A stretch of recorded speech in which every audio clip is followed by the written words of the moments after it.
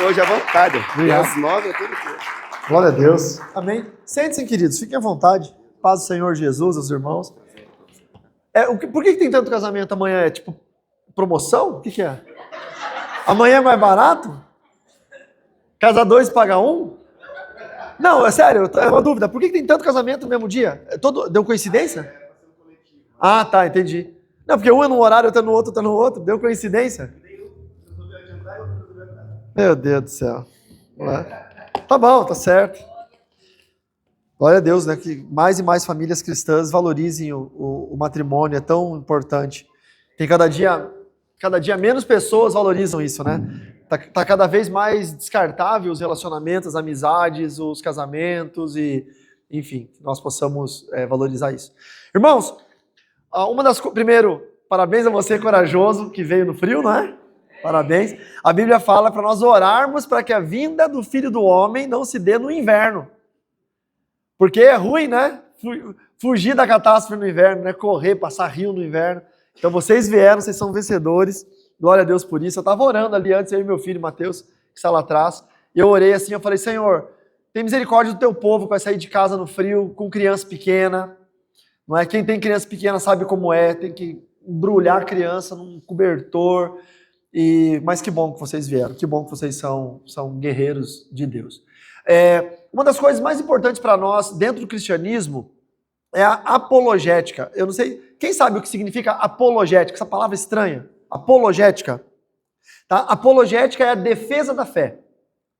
Então, é uma área de formação que eu tenho eu sou professor de 2 faculdades de teologia. E nas 2 não tem essa matéria. Então eu estou pensando em breve montar um curso de pós-graduação em apologética. As pessoas que são formadas no bacharel em teologia possam fazer uma pós-graduação em apologética. O que vem a ser esse nome difícil, né? Talvez o irmão está ouvindo assim, não, mas isso é coisa de faculdade, não me interessa, só quero vir num culto. É mais interessante do que você imagina. Apologética é você saber defender a sua fé em Cristo mediante... Obrigado, minha irmã. Jesus abençoe. É o copo que o pastor Bonfantes desceu bebendo? Você lavou o copo? Ah, tá.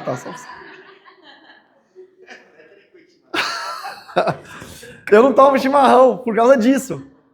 Eu tenho nojo. Vocês não têm nojo? Botar a boca na mesma mangueira que todo mundo coloca a boca? Esquisito pra caramba aquilo lá. Alguém toma milkshake, né? Vai no McDonald's, vai lá. Aí toma milkshake. Quer? Eu falo, não, obrigado. Só por causa do... Gente, eu não bebo... Eu beijo a minha mulher na boca, mas eu não tomo água na mesma garrafinha que ela. Deve ser alguma doença, eu preciso ir no médico ver isso aí. Alguma coisa, né? Eu tenho um rastro aí, tem que ser rastreado. Esquisito isso, meu Deus.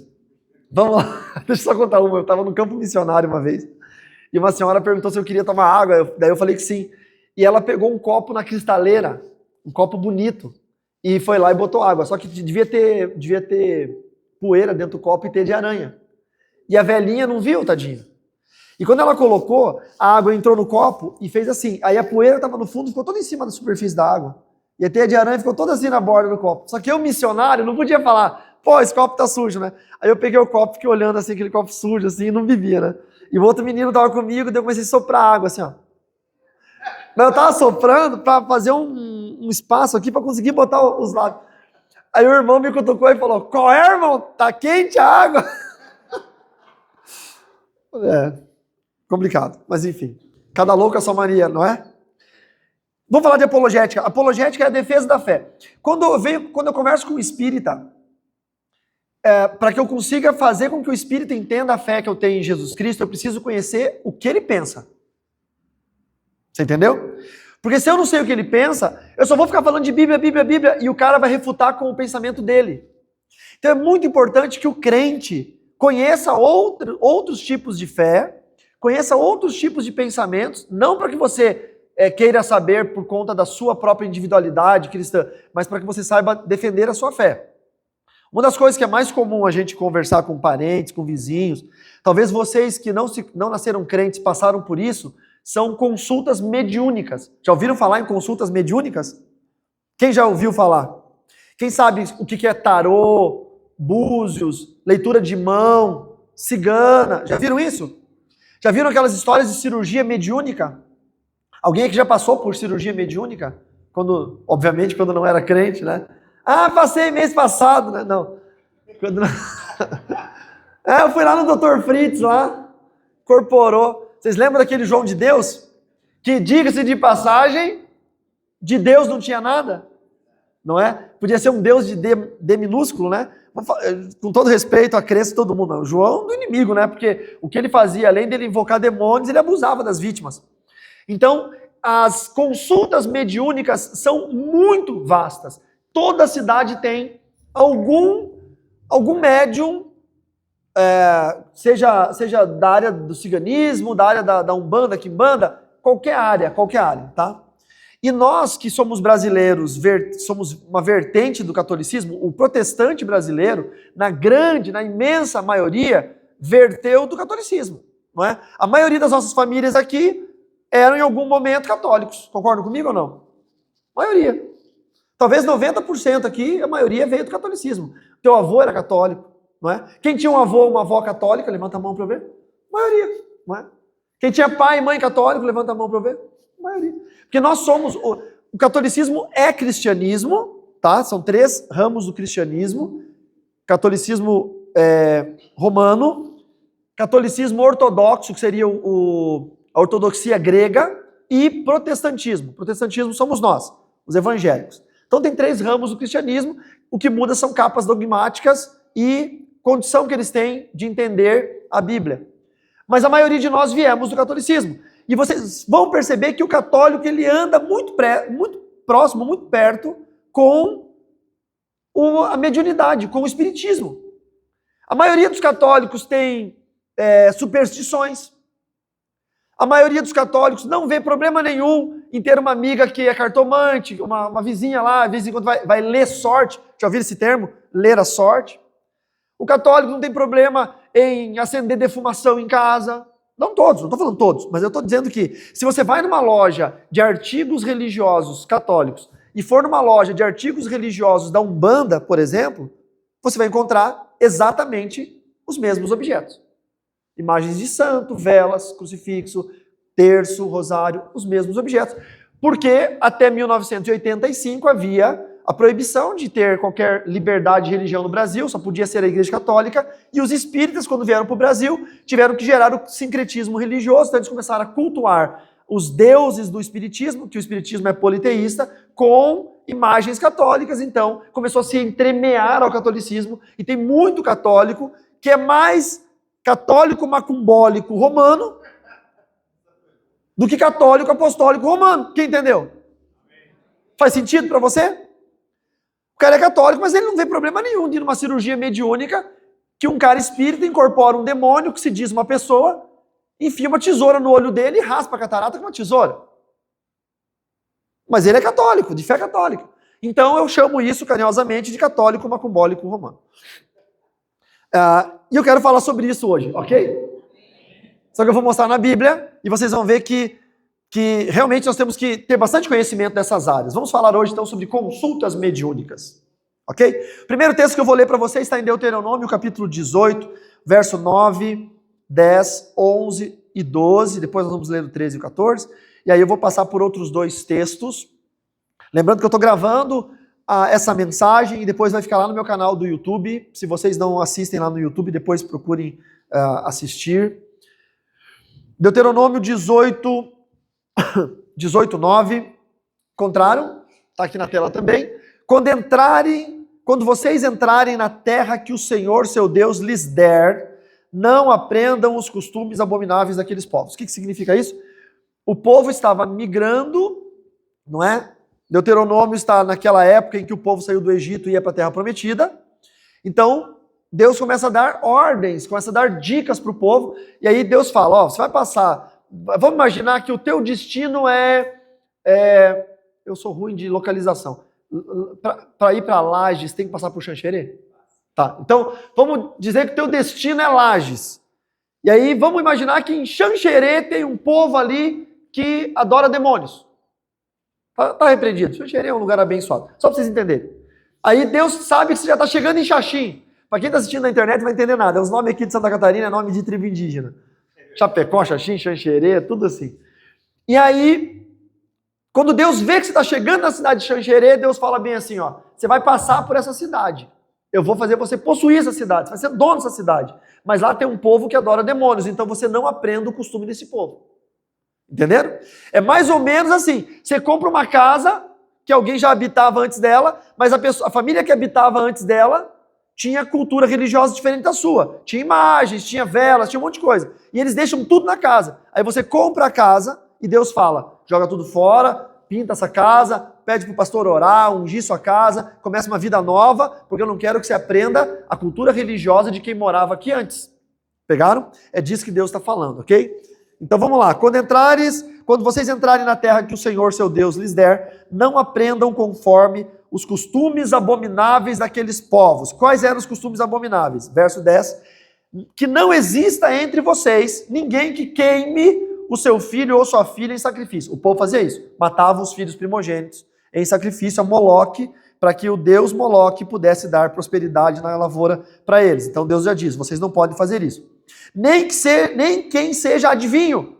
Não podia praticar adivinhações. Nem prognosticador, nem agoureiro, nem feiticeiro. Verso 11. Nem encantador. Uma vez um irmão, tadinho, leu errado, leu encanador. E ele cismou na igreja que não podia ser encanador. É encantador.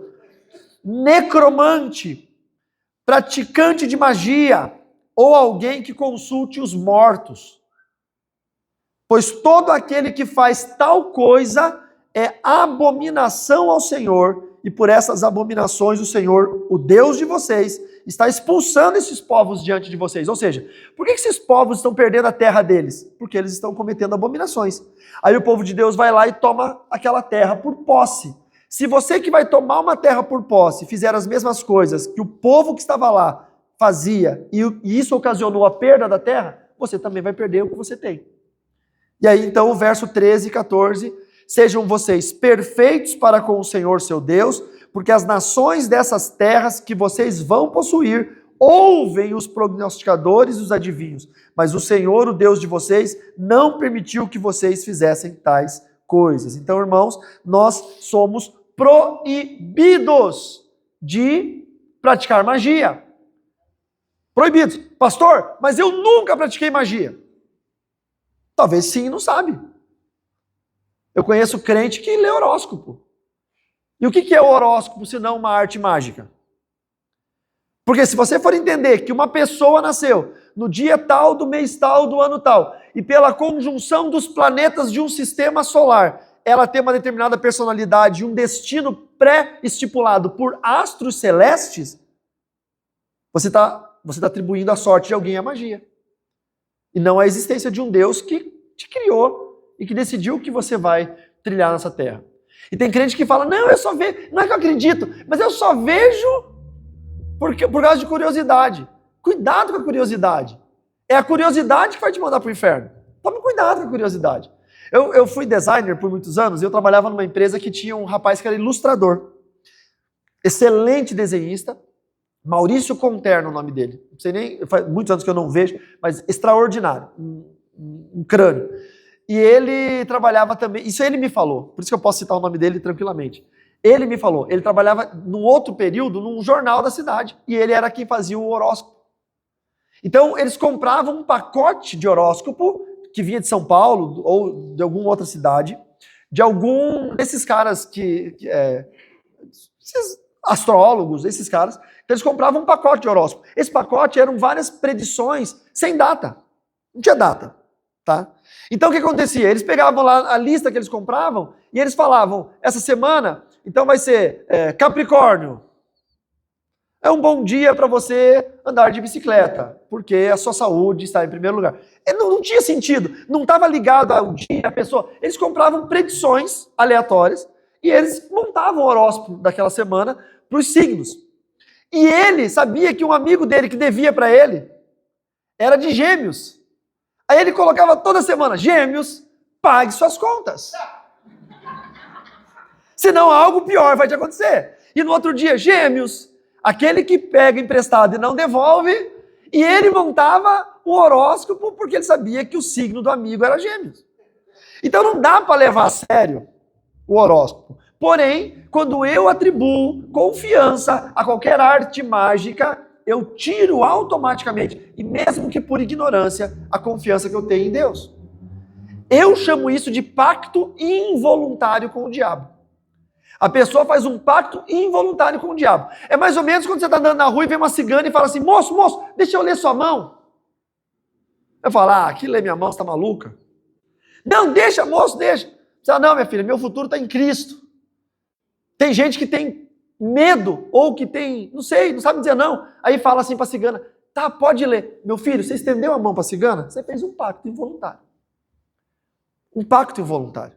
Ai, pastor, mas eu não creio. Por que você fez? Se você não crê. Não é? A Bíblia fala que o pecado, ele é aquilo que te atrai.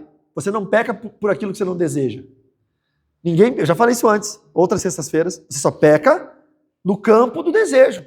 Então, tome cuidado. Deus nos proibiu de agir com isso. E aqui nós vamos ver encantador, no verso 11, necromante. E quem que é o necromante? Necromante é aquele que fala com o morto.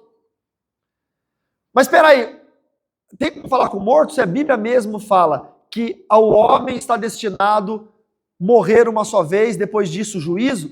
Em Eclesiastes diz que melhor é um cachorro vivo do que um leão morto. Eclesiastes também diz que aquele que morre não sabe de nada, porque a sua memória jaz no esquecimento. Então, se o que morreu, a memória jaz no esquecimento, se é melhor um cachorro vivo do que um leão morto, porque o leão morto não vale nada. Se a parábola do rico e do Lázaro, o rico está no inferno consciente, acordado, sofrendo, tormentos, e o Lázaro, pobre, que era mendigo, está salvo no colo de Abraão, é uma linguagem profética, ele não sabe o que está acontecendo, ele está dormindo. Então como que pode alguém falar com os mortos? Vocês entendem isso? Isso é um abismo. É porque os demônios se passam por mortos. E quando a Bíblia fala sobre necromancia, esse termo precisa ser compreendido por nós. Não é o parente que morreu que voltou a falar com a pessoa. É o demônio que seguiu aquela pessoa a vida inteira, descobriu tudo sobre ela. E quando a pessoa morre, o demônio se passa por ela. Por que tem escrita psicografada? A pessoa morre, no espiritismo eles fazem isso. Já ouviram falar nisso, em psicografia? A pessoa morre, aí o médium incorpora o, aspas, morto, e aí o morto escreve um bilhete para a família e assina. E aí o médium dá o bilhete. Aí você pega lá o bilhete, você conhece a letra lá do seu avô, do seu pai, aí a assinatura dele, você fala, nossa, é a letra do meu avô mesmo. Olha, é a assinatura do meu pai. Você pega o documento do seu pai falecido, coloca do lado ali, ó, é igual. Por que consegue fazer isso? Porque o diabo, ele está na terra antes do homem. Antes do homem. A Bíblia relata que quando Adão e Eva estavam no jardim, o diabo estava lá infernizando. Então o inimigo, ele segue a humanidade desde sempre. O inimigo sabe os seus tiques. O inimigo sabe o jeito que você senta, o jeito que você fala. Ele já viu você escrever 1 milhão de vezes. Você sabe qual que é a primeira coisa que você escreve mais vezes quando você aprende a escrever? O seu próprio nome. Quando você cria uma assinatura para firmar documentos, você não pega um papel e fica a vida inteira escrevendo. Na sua casa não tem um caderno lá com 1 milhão de assinaturas suas. Não é? Todo mundo faz isso. Você cria uma rubrica, aí você fica rubricando.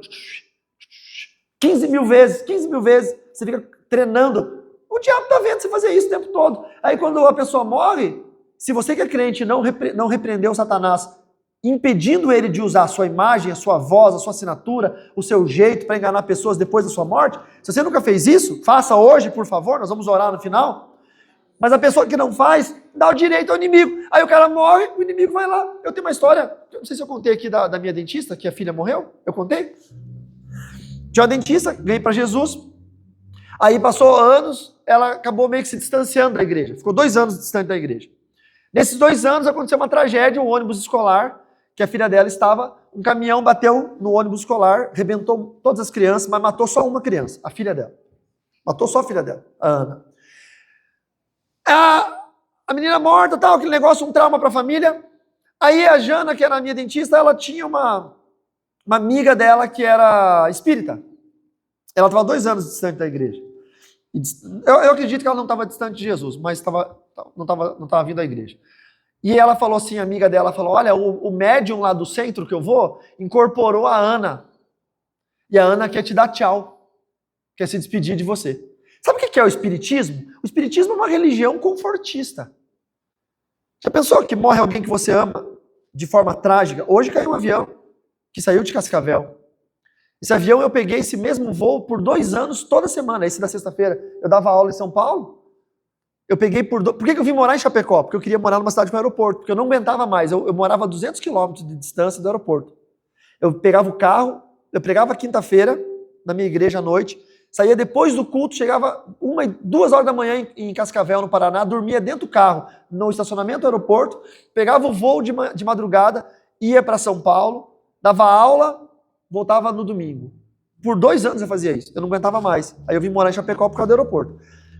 Caiu um avião, morreram 58 pessoas, passageiros e 4 tripulantes. Morreram 62 pessoas, sem dar tchau. Sem dizer, pai, até nunca mais. Você entende o desespero do passageiro? E o desespero de quem ficou? Tem mãe nesse exato momento tá chorando porque nunca mais vai ver o filho. E não deu tchau pro filho. O filho só foi ali. É de São Paulo. Não, mãe, só vou lá em Cascavel, a firma tá me mandando lá, vou lá assinar um documento lá e já volto. Eu vou de manhã e volto de tarde. Não voltou, não vai voltar mais. Então o espiritismo pega essas pessoas enlutadas, traumatizadas, e usa demônios para roubar a salvação das pessoas através do confortismo.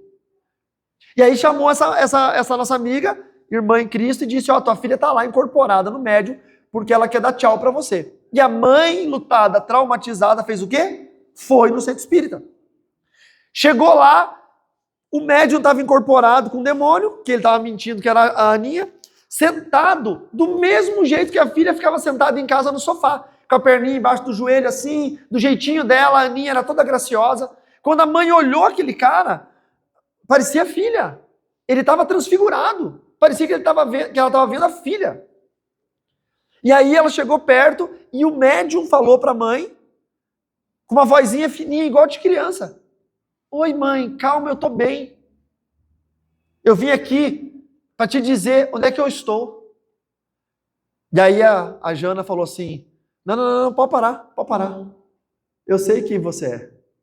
2 anos longe da igreja, ela falou, eu sei que você não é minha filha, você é Satanás. Eu te repreendo em nome de Jesus.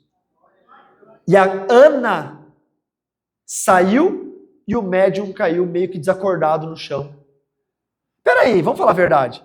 Se fosse a filha dela, se os espíritos dos mortos pudessem voltar, você acha que a mãe falando, não, você é Satanás, sai em nome de Jesus, o que a Ana ia falar? A Ana ia falar, não mãe, não, sou eu mesmo. Só está enganada, os evangelhos estão errados, os espíritos estão certos, eu sou a Ana. Por que aspas, vocês estão vendo que eu estou dando muitas aspas aqui? Por que aspas, a Ana saiu e o médium caiu desacordado? Porque não era a Ana. Era um demônio se passando por uma criança que tinha falecido.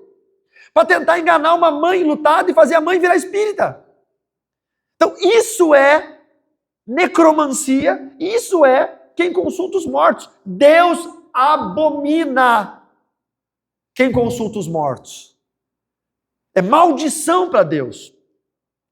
E muitas pessoas têm vivido essa prática de necromancia. Abra sua Bíblia, se você puder, no livro de Atos, Atos dos Apóstolos, no capítulo 16, no verso 15.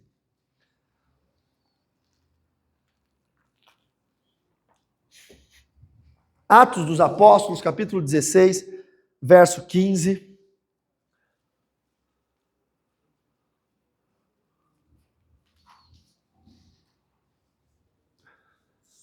Está aqui na tela já? Não, só se é 16, 15?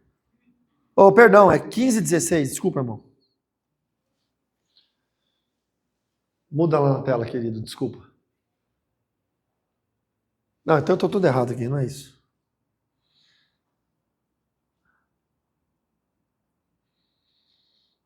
Atos dos Apóstolos,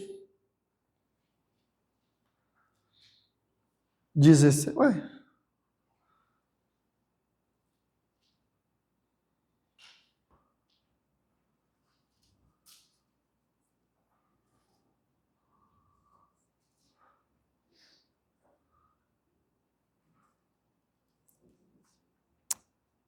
16.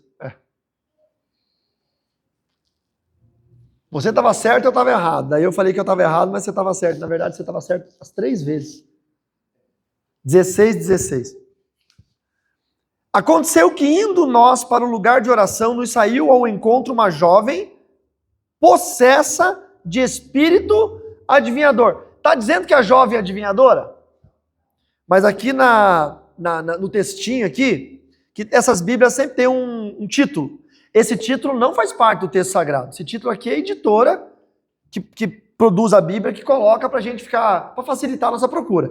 Tem um título na sua Bíblia aí? A cura de uma jovem adivinhadora.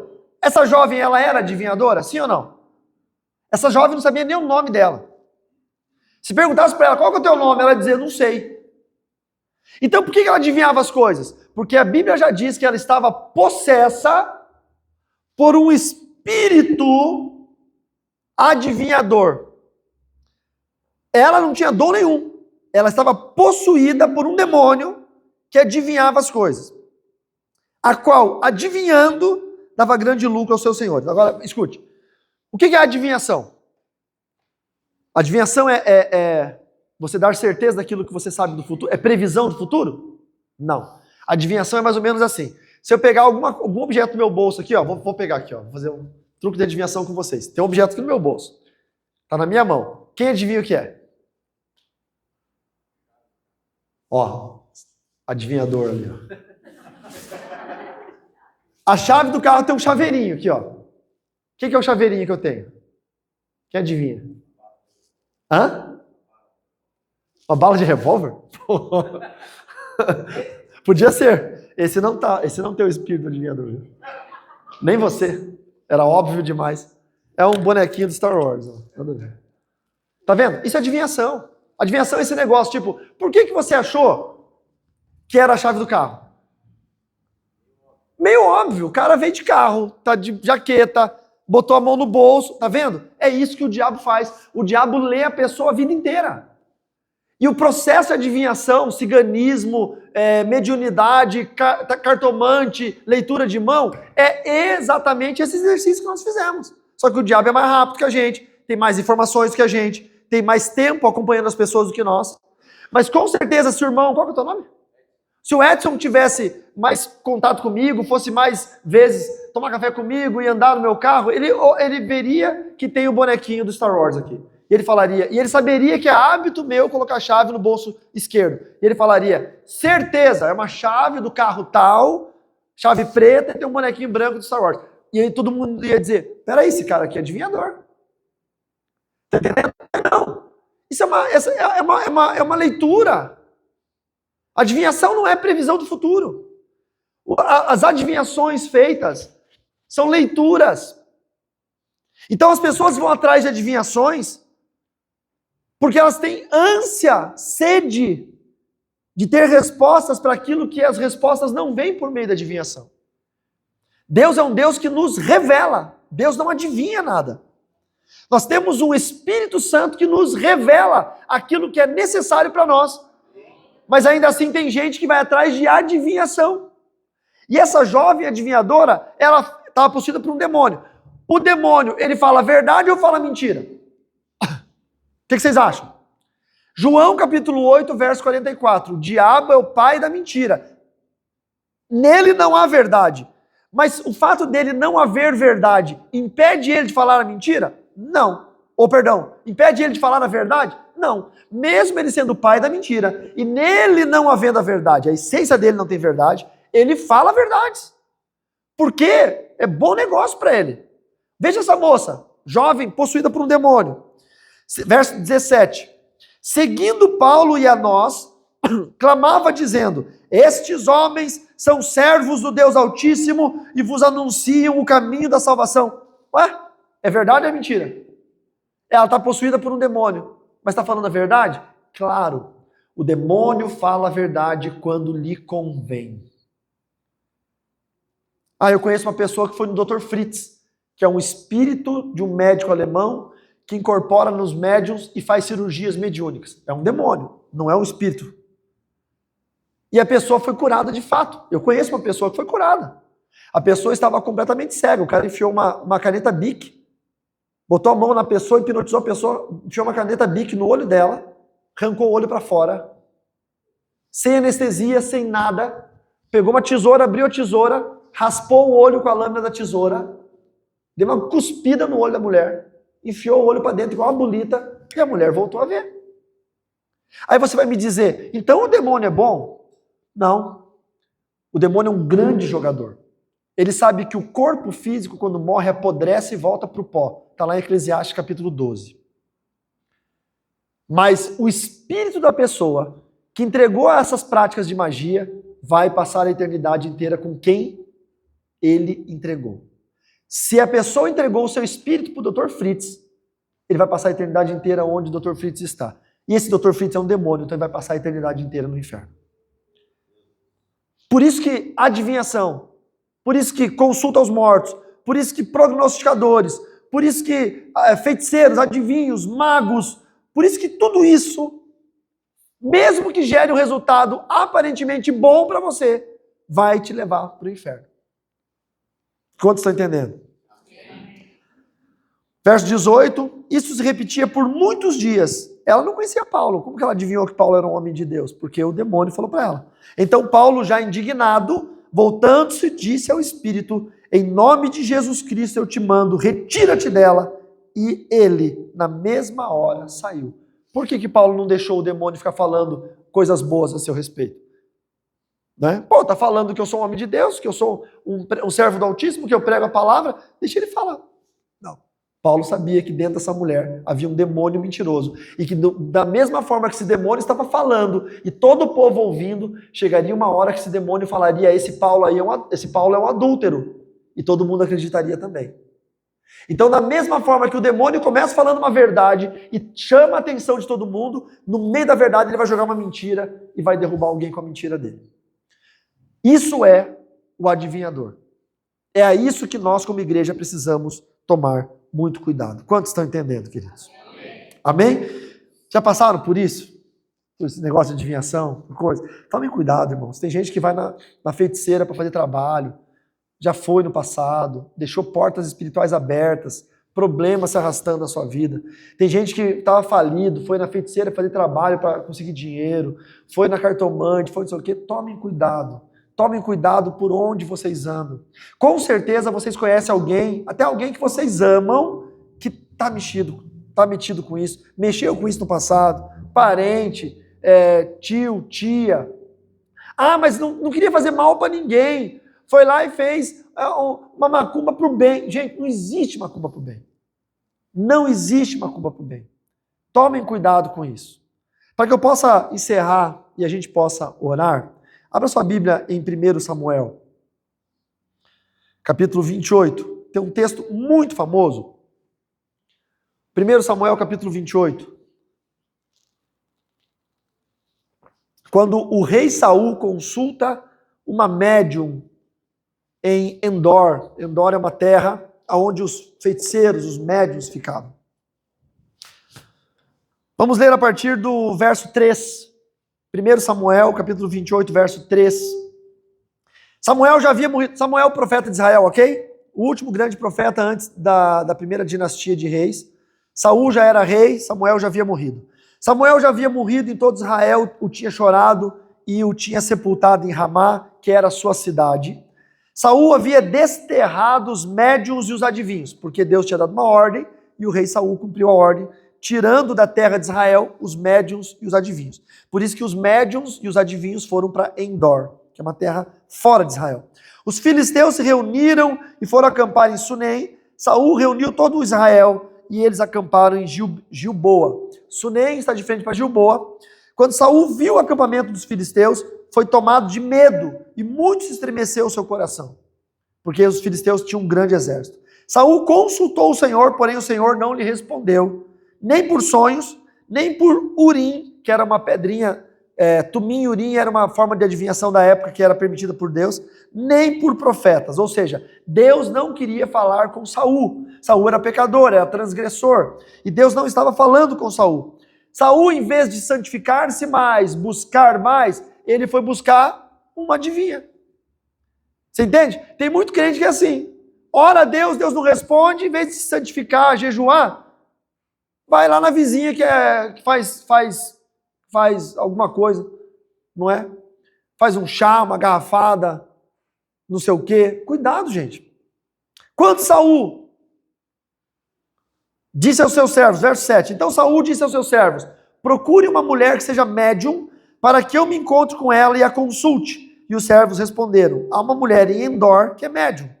Saul se disfarçou, vestiu outras roupas, para não parecer que era ele, e se foi, acompanhado de 2 homens. Chegaram à noite na casa da mulher, e Saul lhe disse, peço que você adivinhe para mim, pela necromancia, veja, falar com mortos, e me faça subir aquele que eu lhe disser.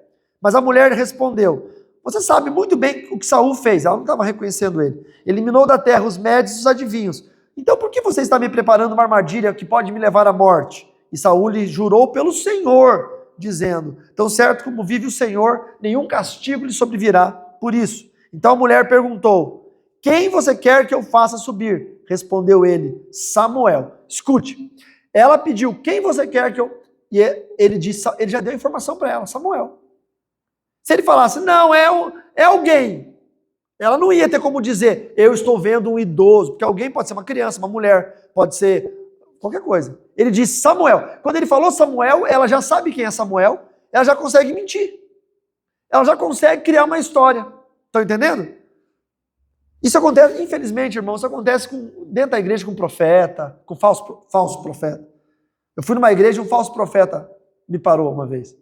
E o falso profeta falou assim, eu tenho um recado de Deus para você. Vaza. Eu falei, manda. Você sabe o que você está precisando, né?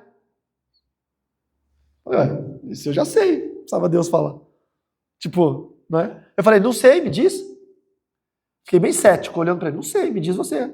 Deus não falou com você? Fala.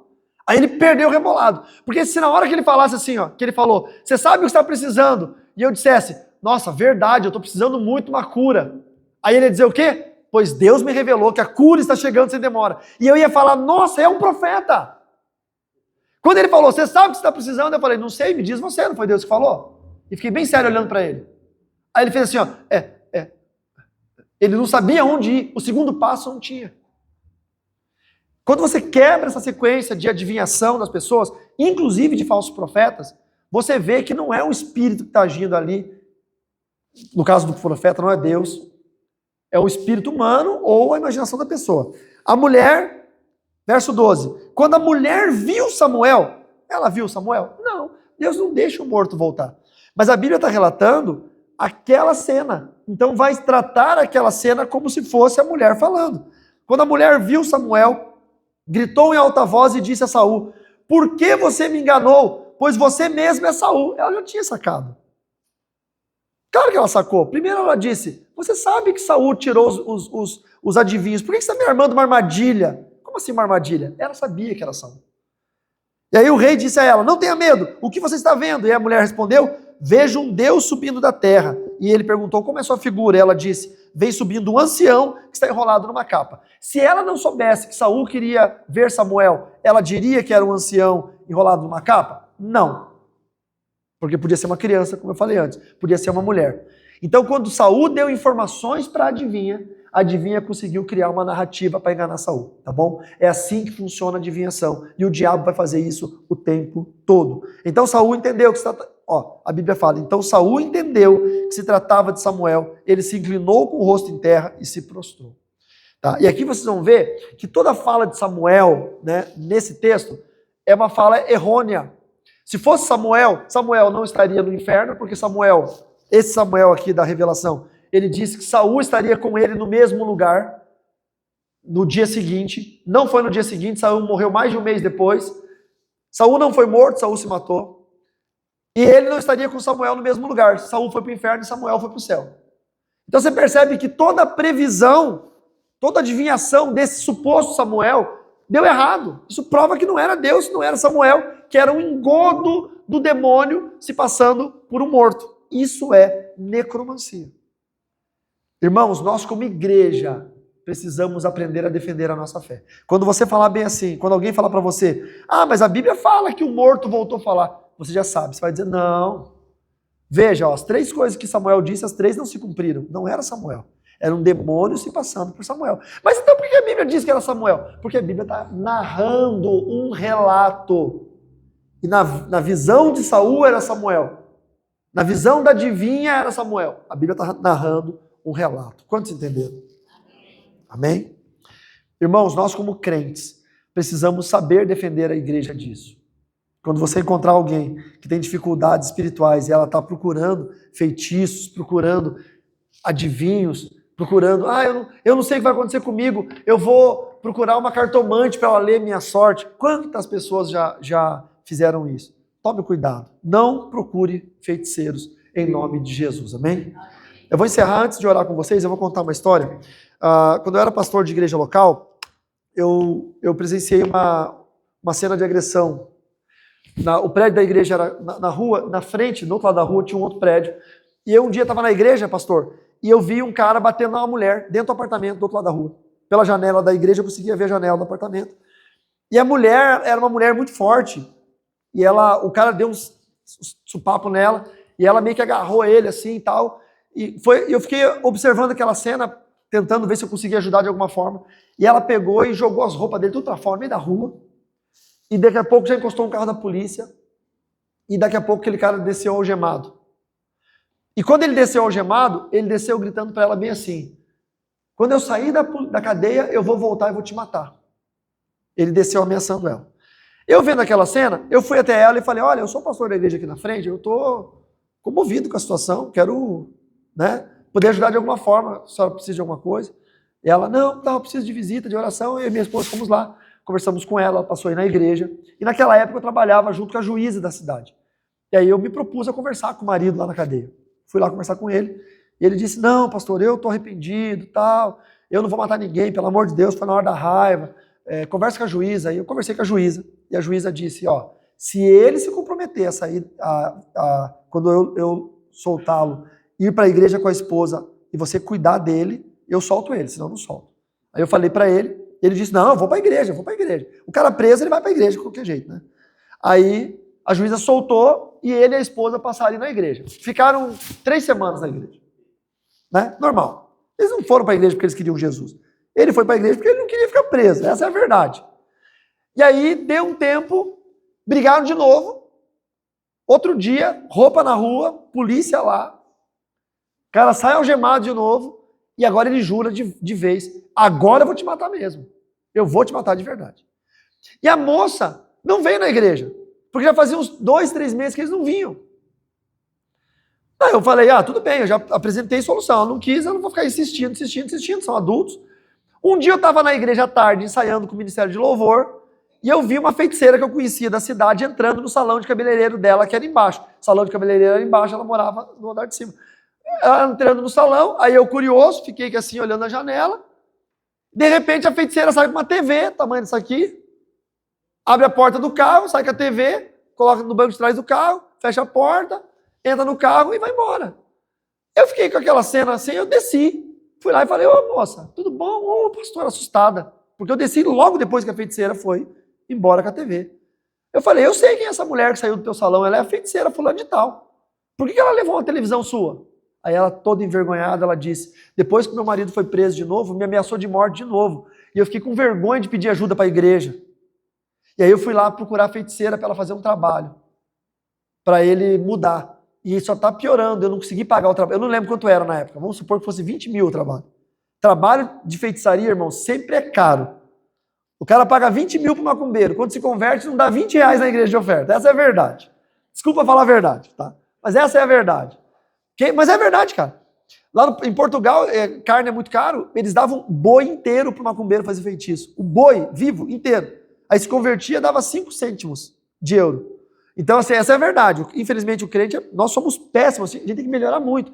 Quantos que você deu para feiticeira? Dê mais na igreja para Deus.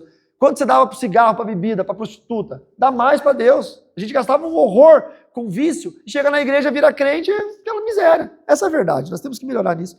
Aí ela falou, eu fiquei com vergonha, aí eu fui lá na feiticeira, era 20 mil, eu só tinha 10 mil em dinheiro. Dei os 10 mil e fiquei devendo para ela. E ela ficou me ameaçando que se eu não pagar, ela vai fazer um outro feitiço agora, para ele sair de lá e me matar. Eu falei, peraí, você foi para resolver um problema, você ganhou um problema maior? Ela foi, um problema maior. E aí o que aconteceu? Ela veio aqui e levou minha televisão embora, para pagar a dívida. Vocês conseguem entender? Vê se o pastor promete orar por você e se você não der oferta no culto, ele vai na tua casa e arranca a tua televisão. Já pensou? Chega um bonfante lá? Ah não, irmã, eu estou orando pelo seu marido, me dá a tua televisão aí. Eu até brinquei com ela, eu estava meio mordido com a situação. Eu falei, pô, irmã, os meninos lá do culto infantil não tem uma televisão, só podia ter doado essa televisão para a igreja então, né? Ela, eu sei, pastor, e agora? Agora volta para o culto, vamos orar para que nada de mal aconteça com vocês. E não sei como é que foi a história, porque depois elas foram embora da cidade. Mas, irmãos, não procure nenhum tipo de ajuda que não seja de Deus. Oriente seus parentes, oriente seus vizinhos. Quando a vizinha, aquela sua melhor amiga, aquela sua comadre, que ainda não é crente, vai lá tomar seu chimarrão lá e está falando, olha, fulana, tem uma sortista aqui no bairro, tem uma mulher ali que lê carta. Ensine ela, fale para ela, não vá. A palavra de Deus condena, está lá em Deuteronômio, capítulo 18, verso 9, 10, 11, 12. Nós lemos em Atos 16, 16. Nós lemos em 1 Samuel. Fale o que você aprendeu na igreja e ore por essa pessoa para que ela não caia no engodo do diabo. Amém? Quantos entenderam isso? Fez sentido para vocês?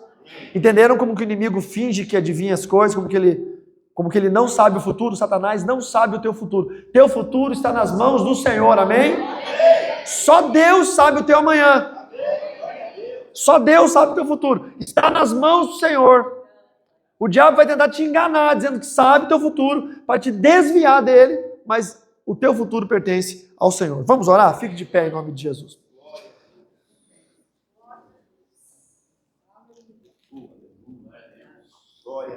Vamos orar também para que demônio nenhum tenha poder sobre a tua imagem, sobre a tua fala, sobre o tom da tua voz, sobre a tua caligrafia, a tua assinatura, para que nunca demônio nenhum possa se passar por você depois da sua morte, ou seus parentes que já partiram, que o demônio não tenha poder nenhum sobre nenhuma característica deles, para que não possa usar para enganar alguém, como foi o caso da menina, da Ana, que eu falei para vocês, que o demônio quis enganar a própria mãe, né?